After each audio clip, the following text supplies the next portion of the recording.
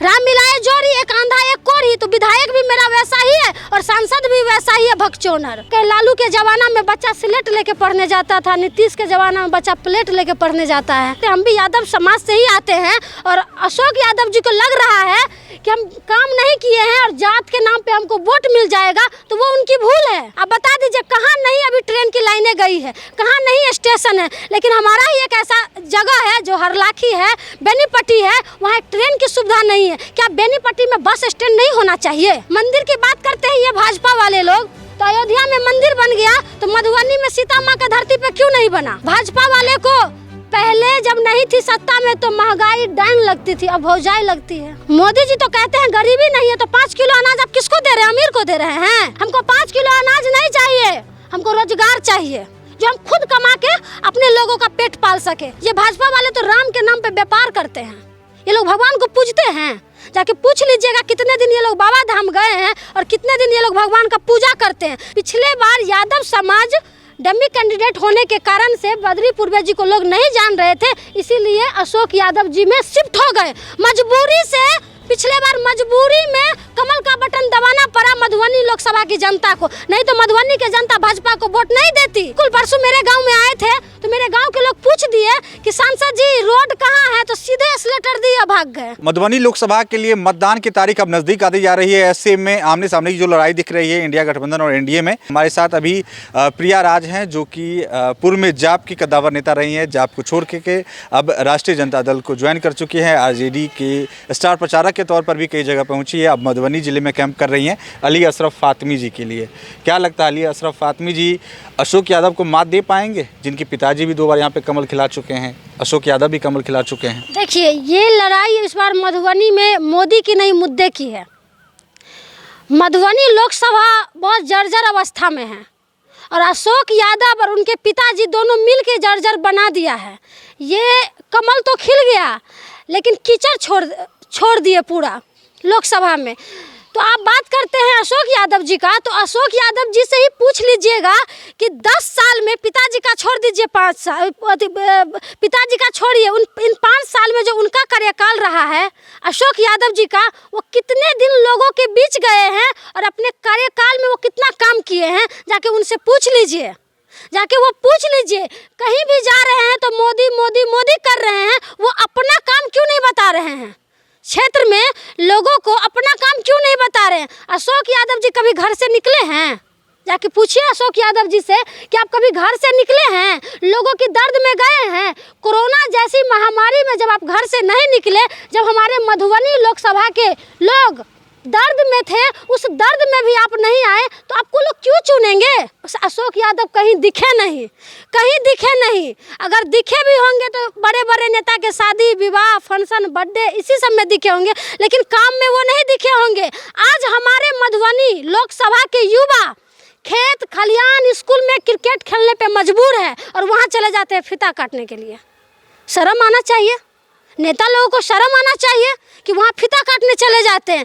अब तक स्टेडियम क्यों नहीं बना? क्या आप में ताकत नहीं थी या आप में क्षमता नहीं थी? तो नहीं है क्षमता तो छोड़ दीजिए ना। अगर आपसे नहीं संभल रहा है मधुबनी लोकसभा तो छोड़ दीजिए ना। जनता तो है ही भगवान भरोसे, आप तो कह ही रहे हैं जनता तो है ही भगवान भरोसे। 5 किलो अनाज के लिए लाइन में लगी है, 5 किलो अनाज के लिए लाइन में लगी है। आपके पार्टी की तरफ से भी तो कहा जा रहा है कि 15 किलो अनाज देंगे। भाजपा के पास कोई मुद्दा है? उनसे जाके पूछिए कि आप किस मुद्दा पे चुनाव लड़ रहे हैं। तो मंदिर और मस्जिद, मंदिर और मस्जिद, इसके अलावा उनके पास कुछ नहीं है। हमारे पास मुद्दा है, हम मुद्दा को लेके चुनाव लड़ रहे हैं। 17 महीना तेजस्वी जी रहे, युवाओं को रोजगार देने का काम किए ना तेजस्वी जी। वो तो हमारा टेलर था, वो तो हमारा टेलर था। अगर मुख्यमंत्री बन जाएंगे तेजस्वी तो पिक्चर देखिएगा आप लोग कैसा रहता है सीन। युवा है तेजस्वी यादव जी और युवा के बारे में सोचते हैं, महिला के बारे में सोचते हैं, शिक्षा के बारे में सोचते हैं, स्वास्थ्य के बारे में सोचते हैं। यहाँ मधुबनी जिला में हॉस्पिटल तो है लेकिन लोग सरकारी हॉस्पिटल में सही से इलाज नहीं करवा पाते हैं, सीधे प्राइवेट हॉस्पिटल क्या है? हर पंचायत में स्वास्थ्य केंद्र खुला हुआ है लेकिन एक भी डॉक्टर एक भी नर्स आपको नहीं मिलेगा। मिलेगा तो भैंस गाय बकरी ये सब मिलेगा आपको। लेकिन यहाँ के सांसद को कोई मतलब नहीं है। वो मंदिर की बात करते हैं ना, बगल में ही मनोकामना स्थान मंदिर है, लोग वहाँ जाते हैं पूजा अर्चना करने के लिए। खुद हम इसी स्कूल में इसी मंच से उनको बोले थे कि सर रोड बहुत खराब है, बनवा दीजिए। क्या हुआ? सुन लिए, इस कान से सुने और इस कान से निकाल दिए। कुछ नहीं है, काम कुछ नहीं हुआ है, कुछ काम नहीं हुआ है। चले जाइए अभी गांव घर में, अभी भी हमारा जो गांव है मनोहरपुरा, 4 व्हीलर से नहीं जा पाइएगा। 4 व्हीलर से आप उस गांव में नहीं जा पाइएगा, लट पलट जाइएगा। तो ऐसा स्थिति है। इसकी जिम्मेदारी तो विधायक की भी बनती है ना। तो बोले ना, राम मिलाए जोड़ी, एगो आंधा एगो कोढ़ी। राम मिलाए जोड़ी, एक आंधा एक कोढ़ी। तो विधायक भी मेरा वैसा ही है और सांसद भी वैसा ही है, भगचोनर। दोनों से काम नहीं होने वाला है। फातमी जी को हर बच्चा फातमी जी को जानते हैं। फातमी जी दरभंगा से कई बार वो सांसद रहे हैं, केंद्र में वो मंत्री भी रहे हैं। वो काम करना अच्छे से जानते हैं, उनका काम बोलता है उनके क्षेत्र में। आप जाके देख लीजिए, हमें ऐसा नेता मिला है, हम ऐसा नेता को खोना नहीं चाहेंगे। और पिछले बार अशोक यादव क्यों चुनाव जीत गए, हम आपको बता मैं उसी प्रश्न पे आ रहा था। आप इतनी कॉन्फिडेंट नज़र आ रही हैं अपने पार्टी के उम्मीदवार को लेकर के, अली अशरफ फातमी जी को लेकर के, लेकिन पिछले बार के चुनाव परिणाम पे अगर जाएं आंकड़ों में तो 46% का मार्जिन रहा था और ये बहुत बड़ा मार्जिन है। आमतौर पे जब हुकुमदेव नारायण यादव चुनाव लड़ा करते थे उस समय अब्दुल बारी सिद्दीकी दूसरे नंबर पे, पिछले 2009 की बात करें, उस समय की बात अगर करें तो, या 2014 की भी बात करें तो मार्जिन बहुत कम का रहा करता था। एक समय में 2 या 2.5% की मार्जिन लास्ट टाइम रही थी जब हुकुमदेव नारायण यादव और अब्दुल बारी सिद्दीकी आमने सामने आए थे। इस बार मार्जिन बहुत ज़्यादा रहा लास्ट टाइम।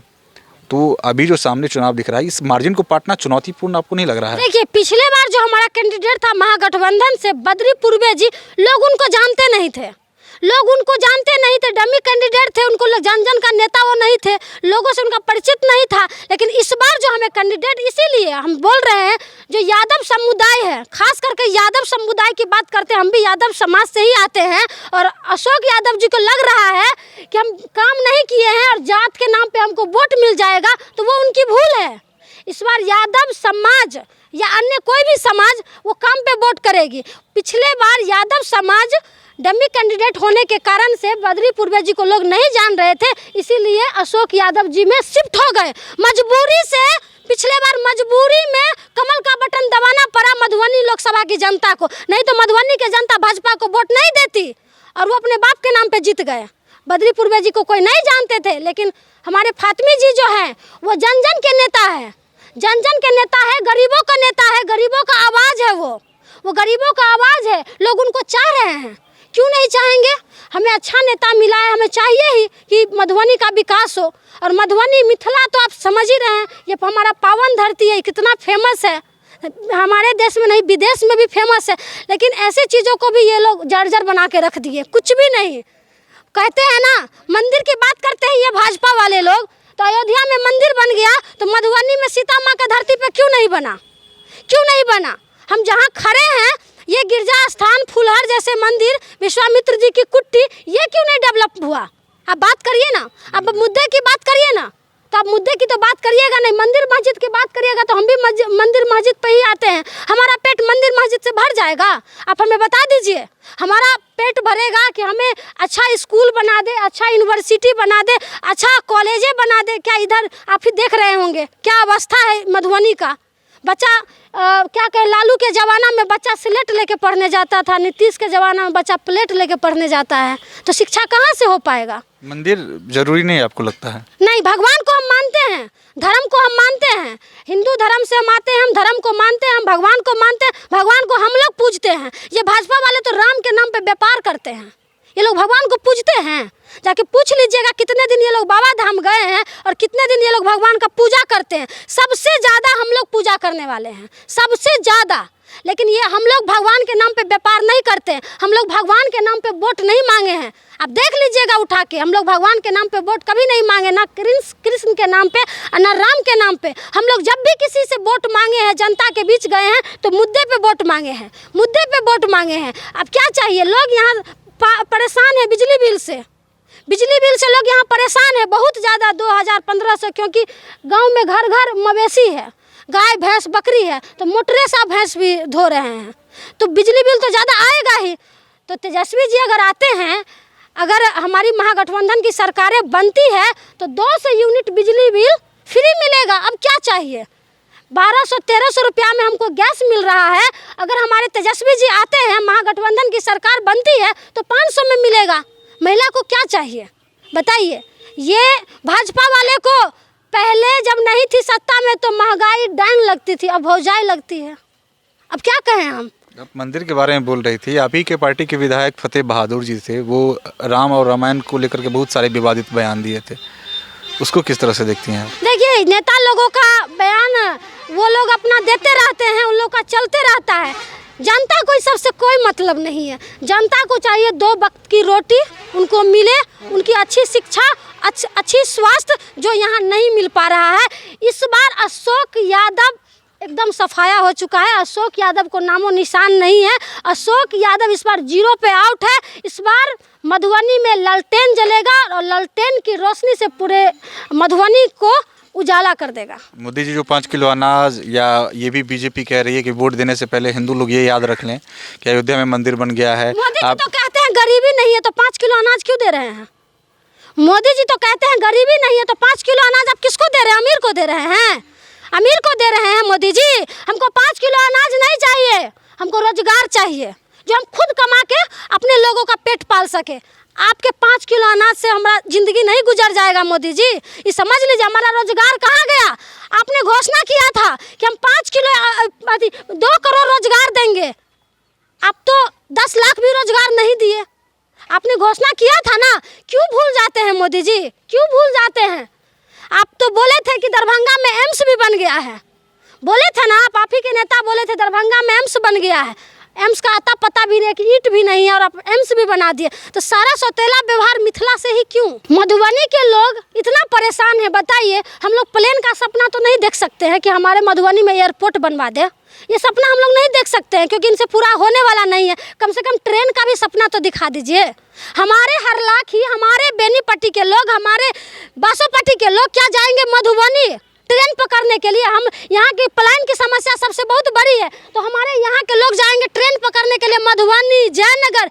क्या हम लोग का अधिकार नहीं है ट्रेन पर चढ़ने का? क्या ये यहाँ पे ट्रेन नहीं ला सकती थी? अब बताइए, एक सांसद का काम क्या होता है? बड़े बड़े कामों करना। चापाकल इंदिरावास तो हमारे मुखिया जी भी दे देंगे, चापाकल इंदिरावास तो हमारे मुखिया जी भी दे देंगे। ये चीज़ ये झेल लेंगे, लेकिन ट्रेन वाली जो कामें हैं, अब बता दीजिए कहाँ नहीं अभी ट्रेन की लाइनें गई है, कहाँ नहीं स्टेशन है। लेकिन हमारा ही एक ऐसा जगह है जो हरलाखी है, बेनीपट्टी है, वहाँ एक ट्रेन की सुविधा नहीं है। क्या बेनीपट्टी में बस स्टैंड नहीं होना चाहिए? बताइए, बेनीपट्टी में बस स्टैंड होना चाहिए कि नहीं होना चाहिए? बेनीपट्टी के लोगों को कितनी दिक्कतें हो रही है, बस की सुविधाएं नहीं मिल पा रही है, जल जमाव की इतनी समस्याएं होती है। बेनीपट्टी हरलाखी में सार्वजनिक शौचालय नहीं है, महिलाएं मार्केट जाती है, शौचालय नहीं मिलता है, कितना दिक्कत होता है। ये सब कौन देखेगा? ये सब कौन देखेगा? ये सब हमारे सांसद को समझ में नहीं आते हैं। हमारे सांसद खाली हिंदू और मुस्लिम, मोदी जी मोदी जी मोदी जी। तो सांसद जी सुन लीजिए, इस बार मोदी मोदी नहीं, इस बार मुद्दा की बात होगी। अगर मुद्दा से भटकिएगा तो खदेड़ के भगाएगी यहाँ की जनता, मधुबनी की जनता, और खदेड़ के भगा रही है।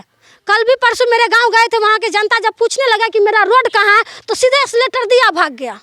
अब बताइए, ऐसा आपके गांव में आए थे? बिल्कुल, परसों मेरे गांव में आए थे तो मेरे गांव के लोग पूछ दिए कि सांसद जी रोड कहाँ है, तो सीधे स्लेटर दिया भाग गए। मतलब जनता से बात तक करने शर्म आ रहा है उनको। क्यों नहीं शर्म आएगा? क्योंकि उन्होंने काम नहीं किया है, कुछ भी काम नहीं किया, कुछ भी नहीं काम किया है। और सबसे बड़ी बात यह है कि यहाँ पे रेल की सुविधा नहीं है, यहाँ पे बस की सुविधा नहीं है, कुछ भी सुविधा नहीं, हॉस्पिटल की सुविधा नहीं है। हॉस्पिटल तो बना दिए लेकिन सही से डॉक्टर वहाँ इलाज नहीं कर पाती है। स्टेडियम नहीं है, युवा को हमारे यहाँ का युवा क्रिकेट खेलने में सबसे आगे हैं। आप देखते होंगे गंगौर इसी स्कूल पे टूर्नामेंट होता है, गाँव में होता है। क्यों खेलेंगे यहाँ स्टेडियम में? क्यों नहीं खेलेंगे?